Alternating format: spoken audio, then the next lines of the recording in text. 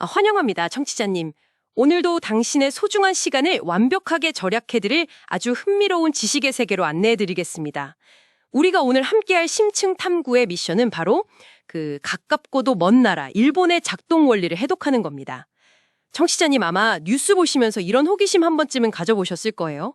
네, 분명 있으실 겁니다. 그렇죠. 아니, 세계적인 첨단 기술을 가진 나라가 왜 관공서에서는 아직도 플로피 디스크나 아날로그 도장, 팩스에 그렇게 집착하는 걸까?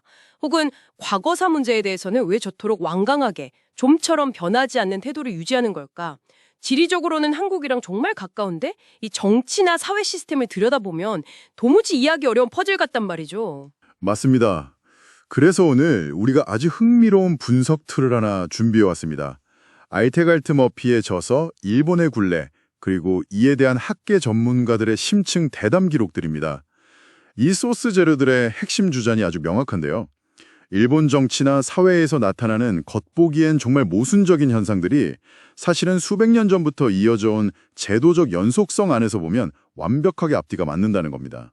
아, 제도적 연속성이요? 네, 오늘 우리는 철저히 이 자료들의 관점을 따라가면서 일본이라는 거대한 시스템의 기저에 깔린 코드를 아주 객관적으로 분석해 볼 예정입니다. 좋습니다. 그럼 제도적 연속성의 출발점부터 바로 짚어봐야겠네요. 보통 우리가 지금의 현대 일본을 만든 결정적 사건 이렇게 떠올리면 당연히 1868년의 메이지 유신을 가장 먼저 꼽지 않습니까? 그렇죠. 서양 문물을 적극적으로 받아들이고 근대 국가로 탈바꿈한 시기니까요. 네, 그런데 이 소스 자료들을 보니까 진짜 일본 사회에 뼈대가 세워진 건 그보다 훨씬 전인 1603년 도쿠가와 막부 시대라고 아주 강하게 주장을 하더라고요. 서거와 이전의 이 과거 시대가 왜 현대 일본을 이해하는 열쇠가 되는 건가요? 그걸 이해하려면 도쿠가와 막부가 탄생하기 직전의 일본 상황을 먼저 보셔야 합니다. 당시 일본은 무려 100년이 넘는 끔찍한 전국 시대, 그러니까 끝없는 내전 상태였거든요. 도쿠가와 이에야스가 이 피비린내 나는 혼란을 평정하고 막부를 딱 세웠을 때 그의 유일하고도 절대적인 목표는 딱 하나였습니다. 아, 뭔가요, 그게? 두 번 다시 중앙 권력에 도전하는 반란이 일어나지 않게 하겠다. 즉, 완벽한 통제와 안정이었습니다. 이를 위해서 정말 전례 없이 정교한 사회 통제 시스템을 설계하게 되죠. 그 통제 시스템 중에서 자료에 가장 비중 있게 등장하는 게 바로 참근교대 제도더라고요.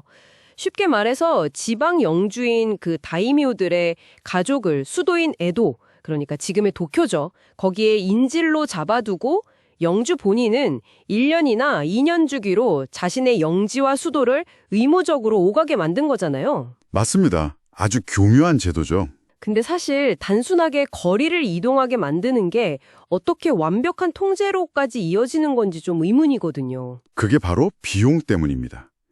영주가 수도로 이동할 때는 그냥 가는 게 아니라 자신의 위상에 맞게 수백, 수천 명의 수행원을 거느려야 했습니다. 이 거대한 행렬이 길에서 먹고 자고 또 수도에 머물면서 거대한 저택을 유지하는 데 드는 비용이 지방영주 1년 예산의 최대 70에서 80%를 차지할 정도였습니다. 와, 80%요? 그럼 반란을 일으키고 싶어도 물리적으로... 군대를 양성할 자금 자체를 원청봉쇄해버린 거죠. 돈이 없으니까요. 야, 진짜 치밀하네요. 게다가 재정적 고갈뿐만 아니라 무기 통제도 아주 철저했습니다. 사무라이들에게 신분의 상징으로서 칼을 차는 것은 허용을 했어요. 하지만 정작 실질적인 군사 위협이 되는 조총 같은 화생총의 생산이나 소지는 철저히 금지해버렸죠. 서양 무기를 받아들여서 국방력을 더 키울 수도 있었을 텐데. 네, 그럴 수 있었지만 내부의 안정을 위해서 스스로 무기 기술의 퇴보를 선택해버린 겁니다. 여기서 한국의 역사랑 비교를 해보면 그 차이가 아주 극명하게 드러나는 것 같아요. 한국의 조선시대는 권력이 왕과 신하 사이에서 어느 정도 견제되는 구조였잖아요. 선비들이 목숨을 걸고 왕에게 직언을 하는 걸 최고로 명예롭게 여겼고, 반면에 이 시기의 일부는 중앙 막부의 지시를 거스르거나 조금이라도 튀는 행동을 하는 것 자체가 곧 반역이자 가문의 멸문을 의미했던 거죠. 바로 그 지점이 현대 일본인들의 심리 구조를 이해하는 가장 핵심적인 열쇠입니다. 저자는 이런 숨막히는 통제 사회가 260년 넘게 이어지면서 일본인들 특유의 다떼마에, 즉 거칠애와 혼내라는 본심의 이중 구조를 만들어냈다고 분석합니다. 다테마에와 혼내. 한국인들도 많이 들어본 단어죠. 네, 흔히 외부인들은 이걸 그냥 가식이나 위선으로 오해하기 쉬운데요. 자료에서는 이게 철저한 위계 사회에서 살아남기 위해 진화한 아주 처절한 방어 기제라고 설명합니다. 그 자료에 등장하는 아주 재미있는 키워드가 있죠. 쿠키를 읽는다. 그러니까 공기를 읽다라는 표현인데 주변 분위기를 눈치껏 파악하는 능력이잖아요. 겉으로는 철저하게 복종하고 사회적 규범을 따르는 다테마에를 내세우고 진짜 속마음인 혼내는 속으로만 사귀는 태도. 이게 단지 예의범절을 지키는 차원이 아니라 튀면 죽는다라는 공포가 각인된 생존 기술이라는 거군요. 정확합니다. 청취자님, 아마 왜 일본 사회가 집단주의를 그렇게 중시하고 매뉴얼에서 벗어나는 행동을 극도로 꺼리는지 그 뿌리가 이제 조금 보이실 겁니다. 그렇습니다. 그 260년이라는 세월이 일본 사회 전체의 질서와 수능이라는 일종의 거대한 운영체제를 깊게 깔아놓은 셈입니다. 그리고 이 운영체제는 1868년 메이지 유신이라는 대격변을 맞이하면서도 사라지기는커녕 오히려 현대 국가라는 껍데기를 쓰고 더 기형적으로 발전하게 됩니다. 오, 바로 그 메이지 유신 권력 구조 이야기로 넘어가 보죠. 보통 메이지 유신하면 막부가 무너지고 천황 중심의 근대 국가가 탄생한 서구식 근대화 혁명으로 우리가 알고 있잖아요. 헌법도 만들고 서양식 의회도 생겼고.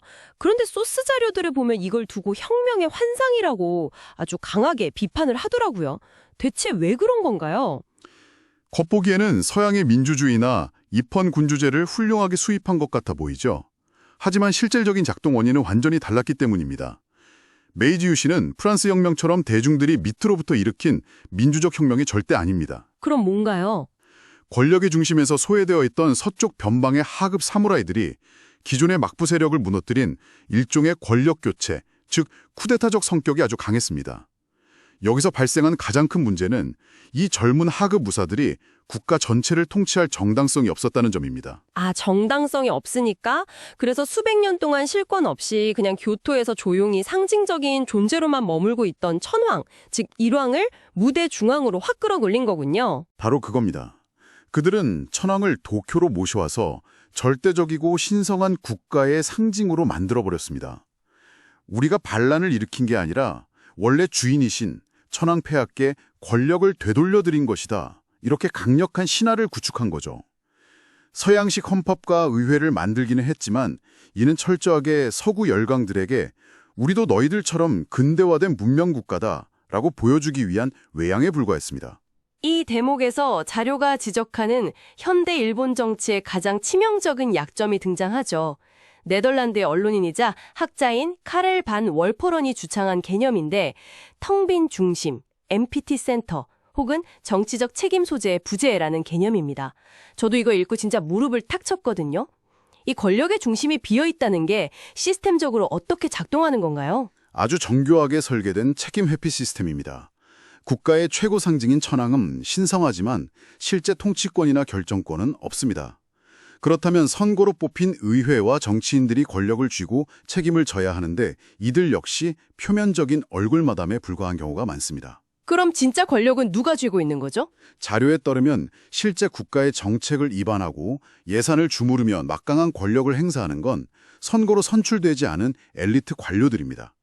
이 관료들이 법안과 대본을 다 써주면 정치인들은 의회에 나가서 그것을 그냥 읽는 구조가 고착화된 것이죠.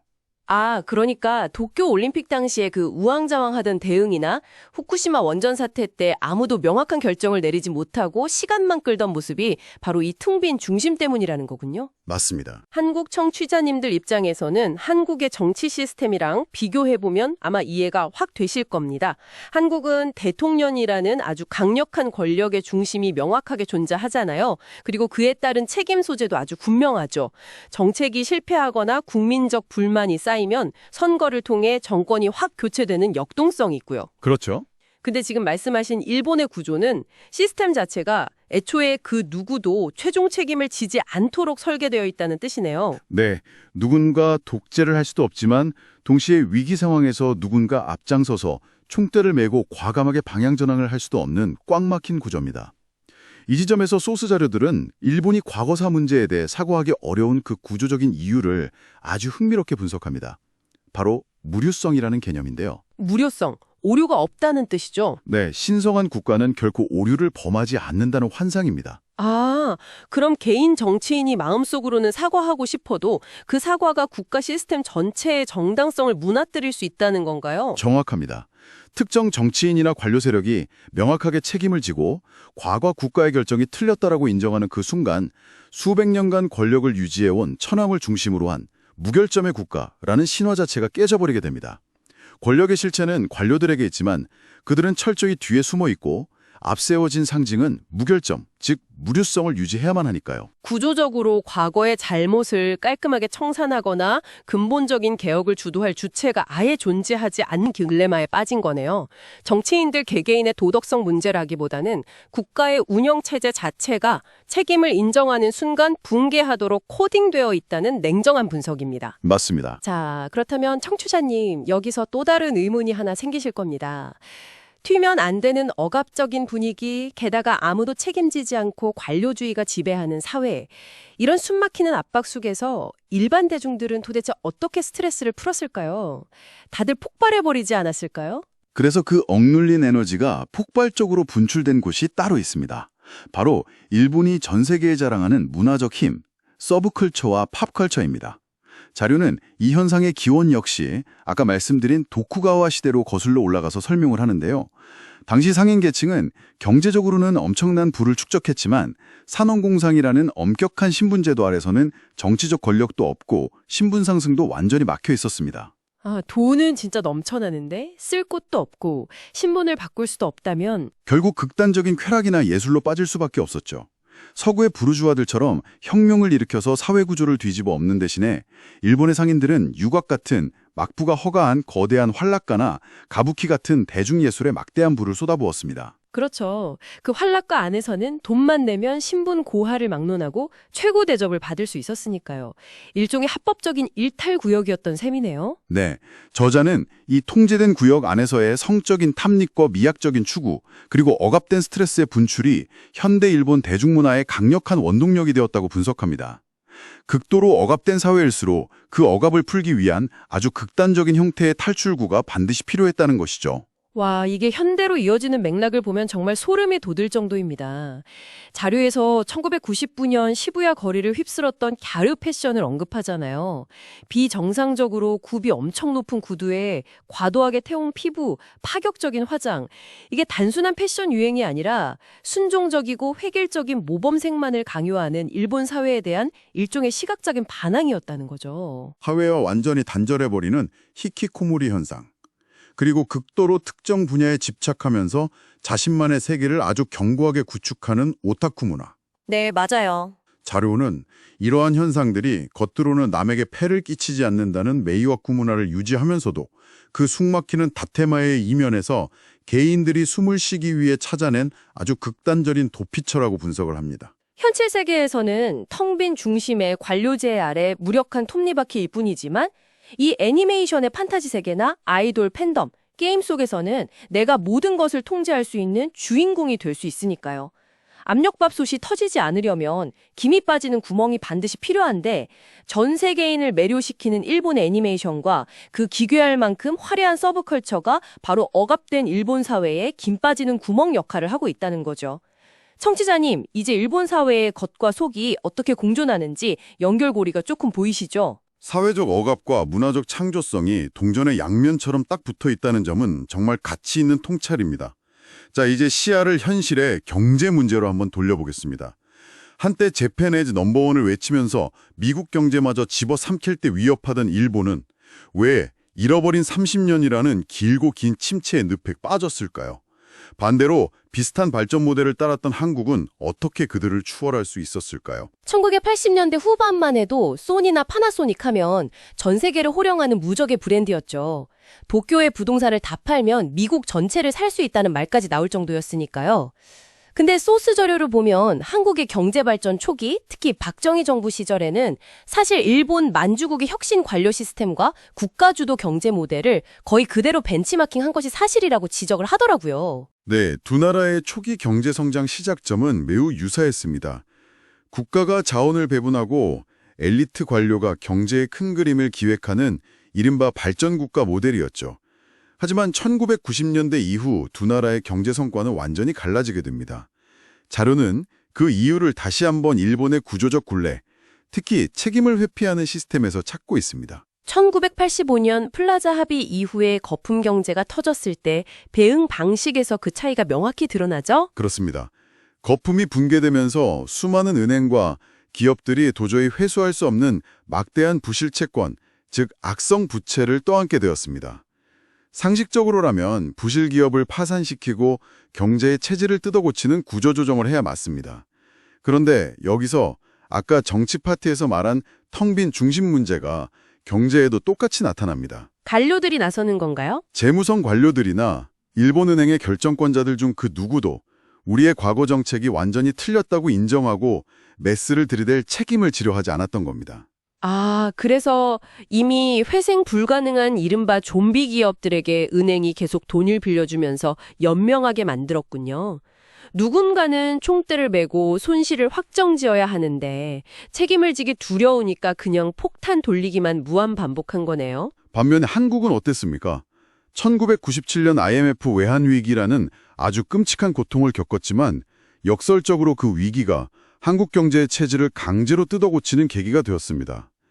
강력한 정치적 리더십이 있었고 또 재벌 총수라는 명확한 의사결정권자들이 존재했기 때문에 수많은 기업이 무너지는 그 고통 속에서도 결국 뼈를 깎는 구조조정을 단행하고 IT와 첨단 산업으로 빠르게 태세를 전환할 수 있었죠. 이 기업의 의사결정 방식 차이도 아주 큽니다. 한국의 재벌 체제가 여러 가지 비판을 받는 것도 사실이지만 순수하게 비즈니스 측면에서만 보면 누가 결정을 내리고 누가 책임을 지는지가 매우 명확하잖아요. 오너가 결단을 내리면 일사불란하게 전사적으로 자본을 팍 투입하죠. 스마트폰 시대가 딱 열렸을 때 삼성이 기존의 성봉을 과감히 버리고 안드로이드로 전면 전환한 것이 대표적인 예입니다. 반대로 일본 기업들은 링기, 즉 품위서 제도로 대표되는 바텀업 방식의 합의 문화를 뼛속 깊이 가지고 있습니다. 실무자부터 시작해서 수많은 관리자의 도장이 다 찍혀야만 마침내 결정이 내려지죠. 이는 과거 제조업 시절에 불량률을 줄이고 품질을 서서히 끌어올리는 데는 지구상 최고의 시스템이었습니다. 아, 그렇죠. 장인 정신. 하지만 아무도 최종 책임을 지지 않으려는 이 집단사고의 함정은 21세기처럼 하루아침에 산업의 패러다임이 확 바뀌는 속도전에서는 치명적인 독이 되었습니다. 스마트폰이나 전기차로의 전환 타이밍을 완전히 놓쳐버린 결정적인 이유가 바로 여기에 있습니다. 거기다 인적 자원의 폐쇄성도 무시할 수 없죠. 자료에 따르면 한국의 엘리트들은 IMF 이후에 살아남기 위해 적극적으로 해외로 나가서 글로벌 네트워크를 형성하고 실력을 키웠다고 해요. 반면 일본의 관련의 기업 엘리트들은 도쿄대 출신 중심의 닫힌 네트워크 안에서 그들만의 리그를 형성하면서 세계 시장의 변화와 스스로 단절되는 길을 걸었다고 분석합니다. 책임의 부재, 닫힌 사회라는 과거의 굴레를 직시하지 못해서 잃어버린 수십 년을 겪고 있다는 사실은 결코 남의 나라 이야기로만 치부할 수 없습니다. 한국 경제 역시 고도 성장이 끝나고 시스템이 비대해지면서 혁신의 동력을 잃고 관료주의화된다면 언제든 비슷한 전철을 밟을 수 있다는 강력한 반면교사인 셈이죠. 맞습니다. 자, 청취자님, 벌써 오늘 심층 탐구의 미션을 되짚어 볼 시간이네요. 우리는 오늘 일본이라는 나라가 보여지는 수많은 현상들, 그 아날로그 도장과 팩스, 기괴한 서브컬처, 정치인들의 무책임함, 그리고 경제의 장기 침체까지 이 모든 것을 관통하는 하나의 거대한 줄기를 확인했습니다. 네, 1603년 도쿠가와 막부 때부터 설계된 완벽한 총재 시스템, 1868년 메이지 유신이 씌워놓은 서구화라는 껍데기, 그리고 현대 정치 경제까지 이어지는 아무도 최종 책임을 지지 않는 관료제, 이 모든 것이 저자가 말하는 일본의 과거의 굴레입니다. 겉보기엔 모순적이고 답답해 보일지 몰라도 그들의 입장에서 시스템의 내면을 깊이 들여다보면 생존과 안정을 위해 기계적으로 아주 잘 맞물려 들어가는 하나의 거대한 생태계인 셈입니다. 그렇다면 우리는 오늘 얻은 이 지식을 어떻게 소화해야 할까요? 마지막으로 청취자님에게 아주 도발적인 질문을 하나 던지면서 마무리하고 싶습니다.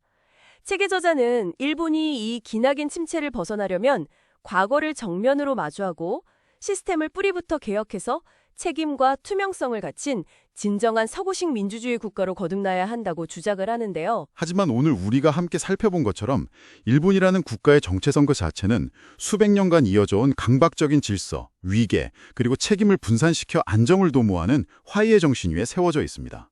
바로 그겁니다. 만약 저자의 말대로 서구식으로 완벽하게 투명하고 누군가 과거사에 대해서든 경제정책에 대해서든 명확하게 100% 책임을 지는 사회로 일본을 완전히 뜯어 고친다고 한번 가정해 보세요.